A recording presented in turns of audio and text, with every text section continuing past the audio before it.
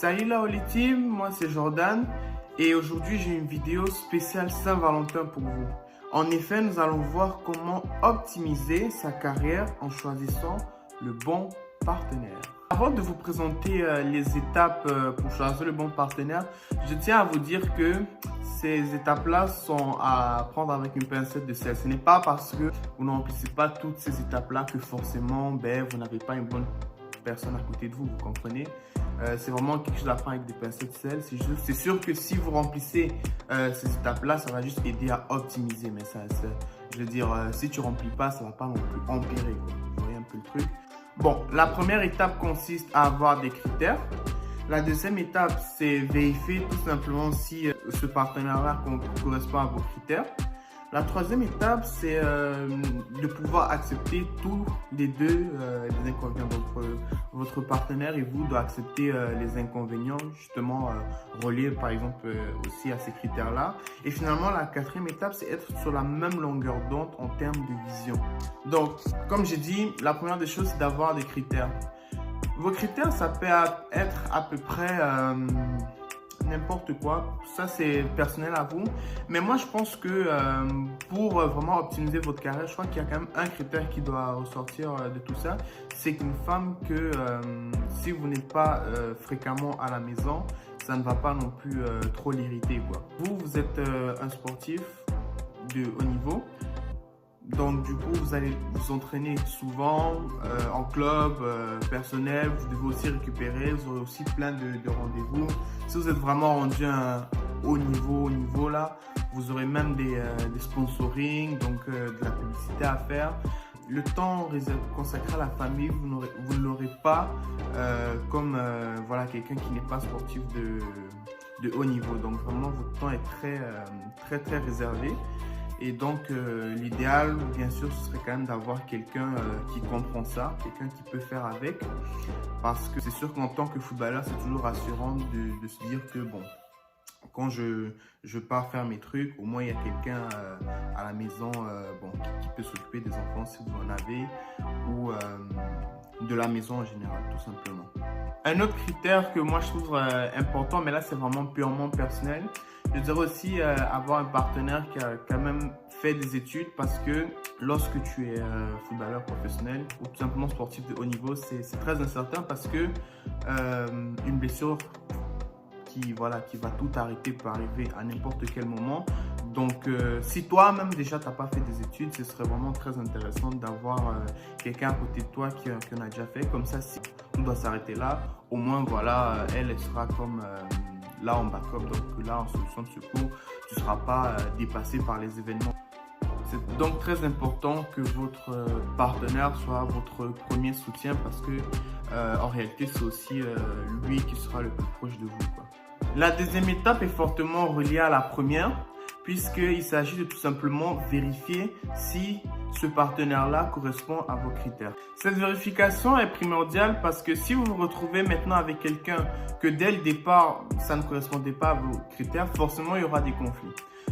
Maintenant, pour régler ces conflits, il y a toujours la communication, il y a toujours moyen de faire des compromis. Mais c'est sûr que si dès le départ, voilà, vous ne la sentez pas et que vous allez quand même avec cette personne-là, ce qui va se passer aussi, c'est que vous serez quand même distrait. Je veux dire, votre vie personnelle, votre vie émotionnelle va quand même prendre le dessus sur votre vie professionnelle. Par exemple, au lieu de vraiment d'être focus sur le sport, vous serez à moitié sur le sport et à moitié dans ces trucs-là. Alors que si dès le départ, c'est déjà quelqu'un qui correspond à vos critères, vous n'aurez plus vraiment à vous soucier de votre vie émotionnelle dans ce sens-là, et pouvoir justement utiliser cette énergie-là pour l'investir ailleurs, comme dans votre vie sportive, tout simplement.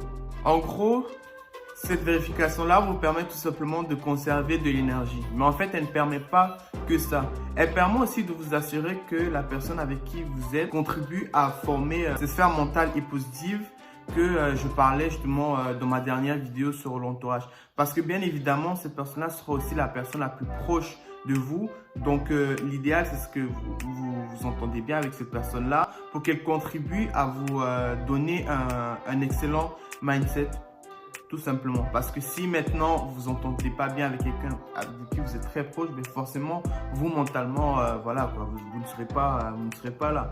Et pour quelqu'un qui vise le haut niveau, tous ces détails-là, c'est vraiment des détails à prendre en compte. Voilà, ça ne peut que optimiser votre état d'esprit, qui lui-même va optimiser vos performances sur le terrain, votre humeur chaque jour. Et voilà, donc la vie sera beaucoup plus fluide. Donc juste, je vous invite fortement à communiquer et vraiment à accepter chacun de vos bords, les inconvénients. Donc tout simplement à faire un compromis. La troisième étape est tout simplement d'accepter tous les deux, donc votre partenaire et vous, les inconvénients. J'en ai parlé tout à l'heure un petit peu avec les compromis, mais ça va dans le même sens. Le truc, c'est que vous êtes vous là, vous avez vos critères et il y a votre partenaire qui correspond à vos critères. Ça ne va pas aller comme ça, matcher comme ça dès le début. Il y aura forcément des terrains voilà, de mésentente et je vous invite fortement à aller communiquer parce que vous ne serez que gagnant. Si vous arrivez à un terrain d'entente tous les deux, parce que le but aussi, c'est pas juste que vous pensez à vos carrières, mais c'est aussi votre partenaire. Elle est intègre. Donc, bon, cette personne-là intègre pas forcément une femme. Donc, vous devez vraiment vous entendre parce que pour vous, ce sera bénéfique pour votre carrière. Ensuite, il sera aussi bénéfique tout simplement pour votre vie de couple. La dernière étape consiste tout simplement à vérifier que votre partenaire et vous êtes sur la même longueur d'onde en termes de vision. Je m'explique. La première étape, c'est d'avoir des critères. La deuxième, de s'assurer que cette personne-là correspond à vos critères. La troisième, de trouver un compromis en acceptant les inconvénients et en communiquant. Maintenant, la quatrième, c'est juste de s'assurer que ce compromis, est-ce que vous voulez qu'il tienne à court, à moyen terme ou à long terme? Je m'explique. Peut-être que votre partenaire, elle acceptera que cela dure à court terme, mais qu'après, elle aimerait à moyen terme que voilà, on revoie un petit peu le compromis. Ou elle pourrait tout simplement accepter tout ça sur le long terme et ce sera correct. Mais tout ça, c'est des trucs qu'il faut aussi voir avec elle pour vraiment être sûr que vous avez exactement voilà, la même vision, quoi. Parce que c'est l'histoire qu'on s'entend bien au début, mais après, ça commence à bug et tout. Vous comprenez un peu le système. Tout à l'heure, j'ai dit le court terme, le moyen terme, le long terme, mais il y a aussi tout simplement votre fin de carrière, donc l'après-carrière tout simplement. Parce que par exemple, un joueur, il peut tout simplement aussi se convertir en entraîneur. C'est-à-dire que le rythme de vie, ce sera à peu près la même chose. Il ne sera pas à la maison, quoi. Donc, est-ce que votre partenaire sera aussi prêt à accepter ça? Ou bien ça ne va pas marcher, ou bien est-ce que vous avez besoin peut-être que avant de faire la transition footballeur à entraîneur, vous avez peut-être besoin de prendre une pause. C'est par exemple ce que a fait Zinedine Zidane avant de devenir entraîneur. Voilà, il s'est un petit peu retiré du monde du foot, il allait se ressourcer avec sa famille, avec les proches. Donc il y a vraiment diverses options qui s'offrent à vous, mais l'important c'est, comme j'ai toujours dit, c'est vraiment de communiquer. C'est ce qui met fin à cette vidéo spéciale Saint-Valentin. N'hésitez pas à me dire ce que vous en avez pensé et est-ce que vous voulez aussi que je fasse des vidéos justement sur le terme de différentes fêtes comme ça, différentes célébrations, toujours aussi en rapport avec le football bien sûr. Également, vous pouvez liker, partager, ça donne toujours la force, ça donne... Voilà, faites passer le mot autour dans votre entourage. Abonnez-vous également pour être sûr de ne rien manquer. Vous avez aussi la cloche des notifications que vous pouvez activer vraiment pour être sûr qu'à chaque vidéo, vous soyez au courant. Donc, merci à vous. C'était Jordan de la Holy Team et je vous dis à bientôt. Ciao!